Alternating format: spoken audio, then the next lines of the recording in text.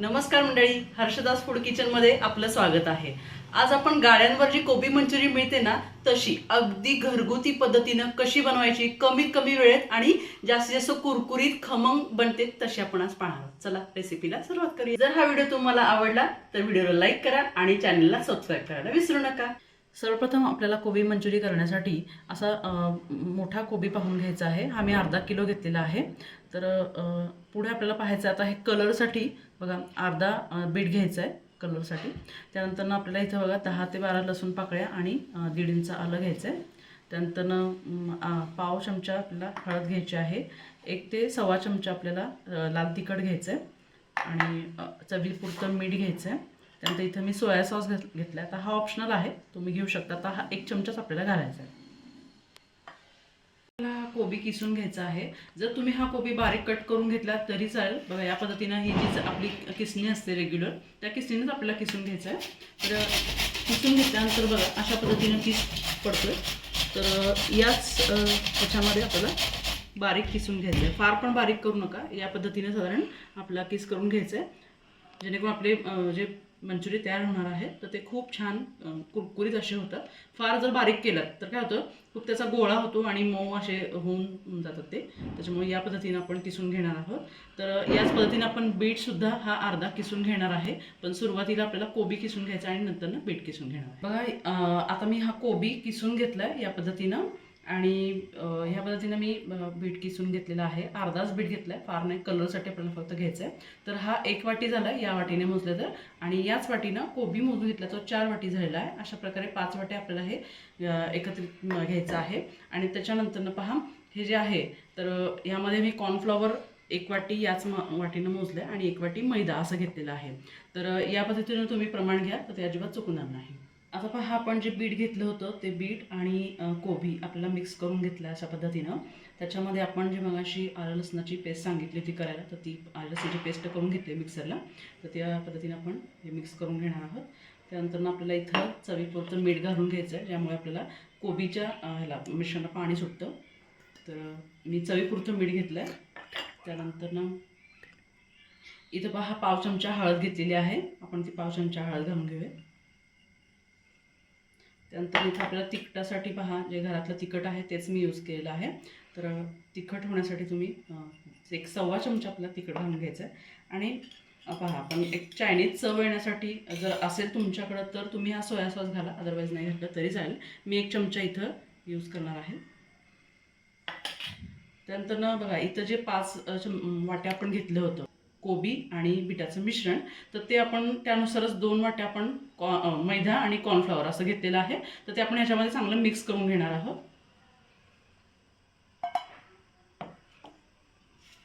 बघा या पद्धतीनं छान आपण एकजीव करून घेऊया। बघा याच्यामध्ये जर तुमच्याकडे कॉर्नफ्लॉवर जर नसेल ना, तर तुम्ही पोहे जे आहे आपल्या घरात रेग्युलर, तर ते पोहे आपण बारीक करून जर तुम्ही घेतलं तर ती 1 वाटी तुम्ही ॲड करू शकता। म्हणजे आपल्याला अडचण भासणार नाही की कॉर्नफ्लॉवरच पाहिजे असं काही नाही। आणि या पद्धतीनं जर तुम्ही कराल तर खूप छान, तुम्ही जे स्टॉलवरती किंवा गाडीवरती हातगाडीवरती जे घेता मंचुरी, तर त्याच्यापेक्षाही खूप छान होतात। कारण घरगुती जी चव असते ती बाहेरच्या मंचुरीला येणार नाही, आणि जी मजा असते घरी करून खाण्याची तर ती वेगळीच असते। तर या पद्धतीनं तुम्ही छान मस्त घरी सर्व आपले जे घरचे मंडळी असतात त्यांना खाऊ घालू शकता अशा पद्धतीनं घरी करून। बघा अशा पद्धतीनं आपलं पीठ मळून झालेलं आहे। याच्यामध्ये मी किंचितसुद्धा पाणी घातलेलं नाही आहे। तर आपण जे मीठ घातलेलं होतं त्यानुसारच आपल्याला कोबीला पाणी सुटलेलं आहे आणि आपण अशा पद्धतीने मळून घ्यायचं आहे। बघा तुम्ही पाहू शकता। आता याचे छान आपल्याला गोळे बनवून तेलात सोडायचे आहे। खूप छान अशा पद्धतीनं पीठ मळून घ्यायचं, जसं आपण भज्याला मळतो ना त्याच्यापेक्षा थोडंसं घट्टसर मळून घ्यायचं। बघा अशा पद्धतीनं, आणि लगेच गोळे करायला घ्यायचे। मंचुरीसाठी आपण इथं छान तेल तापवून घेतलेलं आहे। तर आता ह्या तेलामध्ये आपल्याला ना जे आपण मंचुरीचे पीठ मळून ठेवलेलं होतं तर ते अशा पद्धतीने गोळा करून घ्यायचं आहे आणि थोडं थोडं सोडायचं आहे, जसं आपण गाड्यांवर बघतो हातगाड्यांवर तसंच मी थोडं थोडं सोडते। तेल कडकडीत टाकून घेतलेलं आहे मी आणि मोठ्याच गॅसवरती बघा अशा पद्धतीने सोडते। तर पिठामुळे याला छान कलर आला, जसं गाडीवर मिळतात ना त्याच पद्धतीने आपले मंचुरी होणार आहे।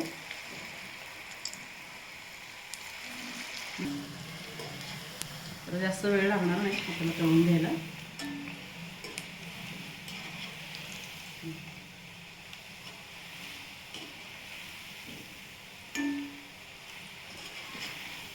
अशा पद्धतीनं छान लालसर तळून घ्यायचे आहेत. फार काळपट होईपर्यंत नाही करायचं. आतला भाग छान शिजू द्यायचा आणि वरती असं मस्त कुरकुरीत होईल असंच आपल्याला ते तळून घ्यायचं आहे. एक 2 ते 3 मिनिटं आपण असे तळून घेऊया.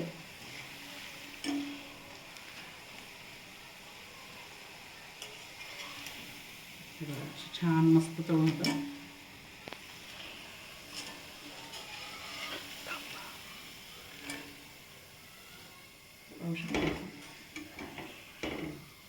मस्त असे छान कुरकुरीत तळून झालेले आहेत. तर आपण एक दुसरी बॅच पण तळणार आहोत. तर या पद्धतीनं आपण नित्राला ठेवणार आहे या चाळणीमध्ये. अशा पद्धतीनं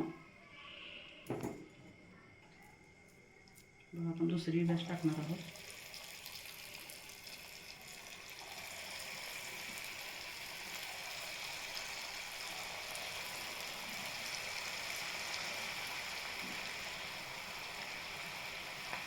भरभर पण करून होतात. मस्त घरी जर तुमची लहान मुलं असतील तर त्यांना घरच्या घरी असं करून दिलं तर खूप कमी वेळेत होतं.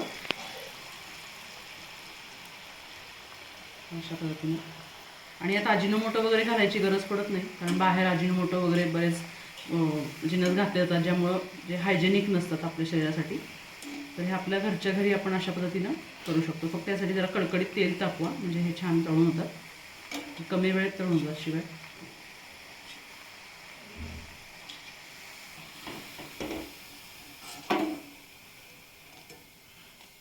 बघा अशा पद्धतीने आपली दुसरी पण बॅच तळून झाली. मस्त कलर आला बघा. जो आपला बाहेरचा फूड कलर असतो तोही घालायची गरज नाही आहे. खूप छान कलर आला आहे, ओरिजिनल आहे. तर अशा पद्धतीनं आपण सर्व जे मंचुरी आहे ते आपण तळून घेणार आहोत. तर खूप छान बघा, तुम्ही या पद्धतीनं करून पहा एकदा. बघा मंडळी, आपण तळून केलेले मस्त असे बघा, मी आवाज दाखवतो तुम्हाला. बघा किती छान आवाज येतोय आणि कुरकुरीत झाले अगदी. पाहून मी तुम्हाला दाखवते. बघा आतून सॉफ्ट झालेत आणि वरतून कुरकुरीत झालेले आहेत. अशा पद्धतीनं आपल्याला हे तळून घ्यायचे आहेत.